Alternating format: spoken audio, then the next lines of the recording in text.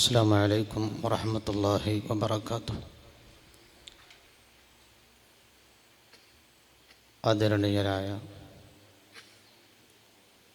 ഷെയ്ഖുന ഉസ്താദ് അവറുകൾ, സാദാത്തുക്കൾ, മുഅ്മിനീങ്ങൾ, അൽഹംദുലില്ലാഹ് വന്ദരായ ഷെയ്ഖുന ഉസ്താദ് അവറുകളിൽ നിന്ന് അതിനു മുമ്പ് ഇവിടെ നടന്ന പ്രസംഗങ്ങളിൽ നിന്ന് ഹബീബായ മുത്തുനബി സല്ലല്ലാഹു അലൈഹി വസല്ലമ തങ്ങളെക്കുറിച്ചും ദർസിൻ്റെ മഹത്വവുമൊക്കെ വേണ്ടുവോളം നമ്മൾ കേട്ടു. ധാരാളം പുതിയ പുതിയ അറിവുകൾ നമുക്ക് ലഭിച്ചു. ഇതൊക്കെ റബീഉൽ അവ്വൽ മാസത്തിൽ മാത്രം ഒതുങ്ങി നിൽക്കേണ്ട ഒന്നല്ല. ഇവിടെ നടന്ന എല്ലാ പ്രസംഗങ്ങളുടെയും കാതൽ മഹബ്ബത്തുൻ നബി സല്ലല്ലാഹു അലൈഹി വസല്ലം മുത്ത് റസൂലുള്ളാഹിയോടുള്ള മഹബ്ബത്താണ്. ഒരു മുഅ്മിനായ മനുഷ്യൻ അവനുണ്ടാകേണ്ട ഏറ്റവും നല്ല വിശേഷണവും അത് തന്നെയാണ്. ലാ ഈമാന ലിമൻ ലാ മഹബ്ബത ലഹ്. സ്നേഹിക്കാൻ അറിയാത്തവന് ഈമാനില്ല. അപ്പോൾ ഒരു മുഅ്മിനായ മനുഷ്യന് വേണ്ടത് സ്നേഹിക്കാൻ അറിയുന്ന ഒരു ഹൃദയമാണ്. ആരെ സ്നേഹിക്കണം, ആരോട് മഹബ്ബത്ത് വെക്കണം, ഇത് ഞാൻ വിശദീകരിക്കേണ്ടതില്ല. ഇത്രയും നേരത്തെ പ്രസംഗങ്ങളിൽ നിന്ന് നമ്മളത് കേട്ടു. ഇവിടെ നടക്കുന്ന ഈ പരിപാടി ലോകത്തിൻ്റെ എല്ലാ ഭാഗങ്ങളിലും നടക്കുന്ന നബിദിന പരിപാടികൾ, ഇതൊക്കെ ഒരു ആവേശത്തിൻ്റെ പേരിൽ നടക്കുന്നതല്ല.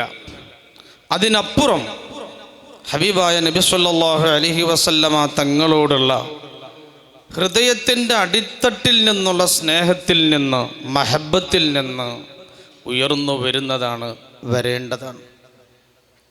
അതാണ് ഇരു ലോകത്തും നമുക്ക് ഉപയോഗപ്പെടുന്നത്. അതാണ് ഇരു ലോകത്തും നമുക്ക് ഉപകാരപ്പെടുന്നത്. ആ ഒരു മഹബ്ബത്തിന് ഇത്തരം പരിപാടികൾ നിമിത്തമാവാനാണ് നാം ഇത്തരം സദസ്സുകളിൽ സംഗമിക്കുന്നതും സംഘടിപ്പിക്കുന്നതും.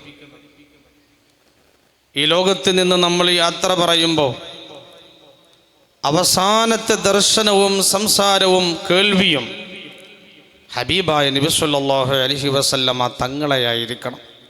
അവിടുത്തെ കണ്ട് അവിടുത്തെ നിന്ന് ഷഹാദത്ത് കലിമയേറ്റു ചൊല്ലി സന്തോഷത്തോടെ കണ്ണു ചിമ്മാൻ നമുക്ക് കഴിയണം.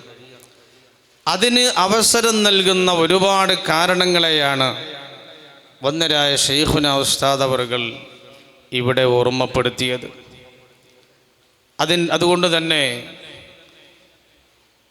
ഇത്തരം പരിപാടികളിൽ മാത്രം ഒതുങ്ങാതെ ഇനി ഹബീബായ നബി സല്ലല്ലാഹു അലൈഹി വസല്ലമ തങ്ങളെക്കുറിച്ച് പഠിക്കാൻ ലഭിക്കുന്ന എല്ലാ അവസരങ്ങളും ഉപയോഗപ്പെടുത്തുകയും എല്ലാ ദിവസവും ഹബീബിനെ കുറിച്ച് എന്തെങ്കിലും ഒന്ന് അറിഞ്ഞിരിക്കണമെന്ന ഒരു തീരുമാനം നാം എടുക്കുകയും ചെയ്യണം. ഒരാളെക്കുറിച്ച് നാം എത്രമാത്രം അറിയുന്നുവോ അത്രമാത്രം ആ വ്യക്തിയോട് നമുക്ക് സ്നേഹം വർദ്ധിച്ചു കൊണ്ടിരിക്കും. അറിയുമ്പോഴാണ് മഹബ്ബത്ത് ഉണ്ടാകുന്നത്. പ്രത്യേകിച്ച് ആദരവായ നബി സല്ലല്ലാഹു അലൈഹി വസല്ലമ തങ്ങളുടെ ജീവിതത്തിൻ്റെ ഓരോ ഏടുകളും പരിശോധിക്കുമ്പോൾ കണ്ണഞ്ചിപ്പിക്കുന്ന ഒരുപാട് കൗതുകങ്ങൾ നമുക്ക് കണ്ടെത്താൻ കഴിയും. അവിടുത്തെ ജീവിതത്തിൻ്റെ ഓരോ ഏടുകളും യാദൃശ്ചികമല്ല. ലോകത്തമ്പുരാൻ എല്ലാത്തിൻ്റെയും പിറകിൽ ഹിക്മത്തുകളെ നിറച്ചു വെച്ചത് നമുക്ക് കാണാം. നിങ്ങൾ നോക്കൂ, നബി സല്ലല്ലാഹു അലൈഹി വസല്ലമ തങ്ങൾ ഈ ഭൂമി ലോകത്തേക്ക് ഉദയം ചെയ്യുന്നതിന് വേണ്ടി പടച്ച റബ്ബ് തെരഞ്ഞെടുത്ത സമയം, ഏത് സമയത്തും ഒരു മനുഷ്യന് ജന്മം നൽകാം. അത് രാത്രിയാവാം, പകലിലാവാം, ഉച്ചയ്ക്കാവാം, രാവിലെയാകാം, എപ്പോഴും ജന്മം നൽകാം. അതേസമയം മുത്തുനബി സല്ലല്ലാഹു അലൈഹി വസല്ലമ തങ്ങളെ ഭൂലോകത്തേക്ക് കൊണ്ടുവരുന്നതിന് സൃഷ്ടാവായ റബ്ബ് തെരഞ്ഞെടുത്ത സമയം സുബ്ഹിയോട് അടുത്ത ആ ഒരു സമയമാണ്. അതിൽ തന്നെയും വലിയ ഒരു സന്ദേശമുണ്ട്. കാരണം ആ സമയമെന്ന് പറഞ്ഞാൽ ലോകം ഇരുട്ടിൽ പുതച്ചു മൂടി ഉറങ്ങുന്ന ഒരു സമയമാണ്. ലോകമൊന്നാകെ ഇരുട്ട് മൂടിക്കൊണ്ടിരിക്കുന്ന ഒരു സമയമാണത്. ആ സമയം കഴിയുന്നതോടുകൂടെ പിന്നീട് ലോകം വെളിച്ചത്തിലേക്ക് പോവുകയാണ്. സൂര്യോദയം നടന്ന് ലോകമൊന്നാകെ വെളിച്ചത്തിലേക്ക് മാറുന്ന ആ ഒരു സമയമാണ്. ഇത് വലിയൊരു സന്ദേശമാണ് നമുക്ക് നൽകുന്നത്. നബി സല്ലല്ലാഹു അലൈഹി വസല്ലമ തങ്ങൾ ഭൂലോകത്ത് ഉദയം ചെയ്യുന്നതിന് മുമ്പുണ്ടായിരുന്ന അന്ധകാര നിബിഡമായ ഒരു ലോകത്തെ ഒരു പുരുഷായുസ്സുകൊണ്ട് വൈജ്ഞാനിക വെളിച്ചത്തിൻ്റെ വിശാലമായ ലോകത്തേക്ക് ഹബീബായ നബി തങ്ങൾ കൈപ്പിടിച്ചുയർത്തും എന്ന വലിയ ഒരു സന്ദേശം ആ ഒരു സമയം തെരഞ്ഞെടുക്കുന്നതിലൂടെ അള്ളാഹു നമുക്ക് പഠിപ്പിക്കുകയാണ്. ഇനി തങ്ങളെ പ്രസവത്തിന് തെരഞ്ഞെടുത്ത ആ സ്ഥലം പരിശുദ്ധമായ മക്കയാണെന്ന് നമുക്കറിയാം. മക്കയ്ക്ക് ഒരുപാട് പ്രത്യേകതകളുണ്ട്, വിശദീകരിക്കുകയല്ല. ഭൂമിയുടെ ഒത്ത നടുവാണ് മക്ക. ഭൂമിയുടെ ഒത്ത നടുവാണ് മക്ക. മക്കയിൽ നിന്ന് എല്ലാ ഭാഗങ്ങളിലേക്കും തുല്യ അളവാണ് എന്ന് ഭൗമശാസ്ത്രജ്ഞന്മാർ എന്നോ പ്രഖ്യാപിച്ചിട്ടുണ്ട്. നിലവിൽ ഗ്രീനിച്ച് രേഖകളെക്കുറിച്ച് പഠിക്കുന്ന കുട്ടികൾക്ക് അതിൻ്റെ ശാസ്ത്രീയ ചരിത്രം കൂടെ അറിയുമ്പോൾ അറിയാം, ഒരു ആദ്യമായി ഈ സമയത്തിൻ്റെ കാലദശ നിർണയിക്കുന്നതിന് തിരഞ്ഞെടുക്കപ്പെട്ട കേന്ദ്രം മക്കയായിരുന്നു. പക്ഷേ പിന്നീടത് മുസ്ലിം കേന്ദ്രമായതുകൊണ്ട് ചില വ്യക്തികളുടെ ചില ശക്തികളുടെ ഇടപെടലുകളെ കൊണ്ട് അത് ബ്രിട്ടനിലെ ഗ്രീനിച്ചിലേക്ക് മാറിപ്പോയതാണ്. ഭൂമിയുടെ ഒത്ത നടുവിൽ ഒരു ലോകത്തിൻ്റെ നേതാവിനെ ഉദയം ചെയ്യിപ്പിക്കുന്നതിലൂടെ ലോകത്തിൻ്റെ എല്ലാ ഭാഗങ്ങളിലേക്കും അവിടുത്തെ സന്ദേശങ്ങൾ ഒരുപോലെ ഒഴുകിയെത്തണമെന്ന വലിയൊരു സന്ദേശമാണ് അല്ലാഹു തആല അതിലൂടെ നൽകുന്നത്. ഹബീബിനെ തെരഞ്ഞെടുത്ത പേര് നോക്കൂ നിങ്ങൾ, മുഹമ്മദ്. എത്ര അർത്ഥവത്തായ പേരാണ്.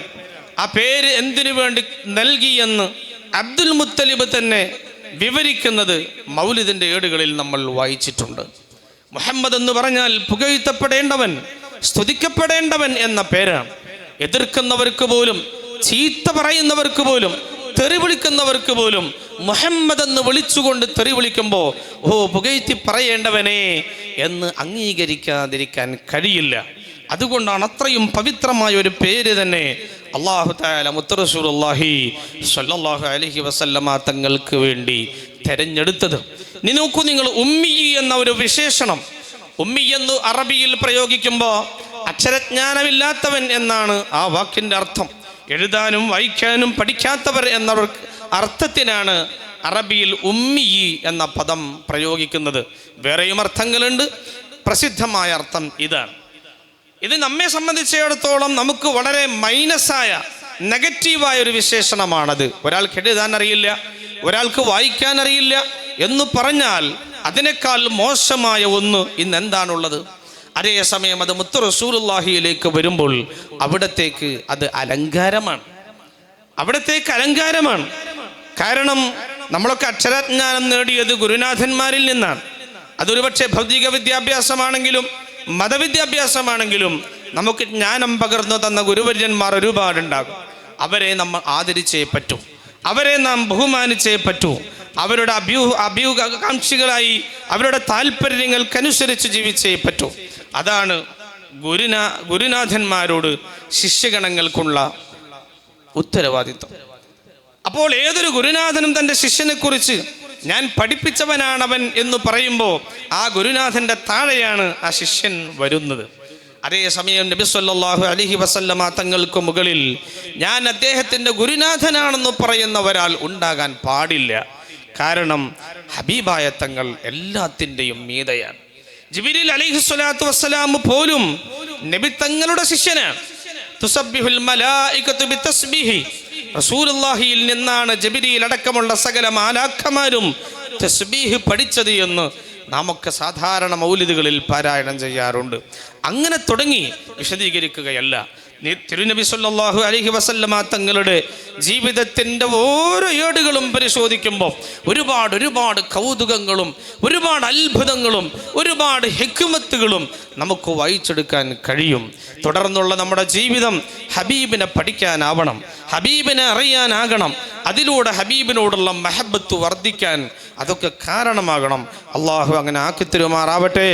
ആമീൻ എന്ന് പ്രാർത്ഥിച്ച് ഈ മഹത്തായ പരിപാടിക്ക് എല്ലാവിധ ആശംസകളും അറിയിച്ച് അള്ളാഹു സ്വീകരിക്കട്ടെ എന്ന് പ്രാർത്ഥിച്ച് അവസാനിപ്പിക്കുന്നു. അസ്സലാമു അലൈക്കും വറഹ്മത്തുള്ളാഹി വബറകാതുഹു.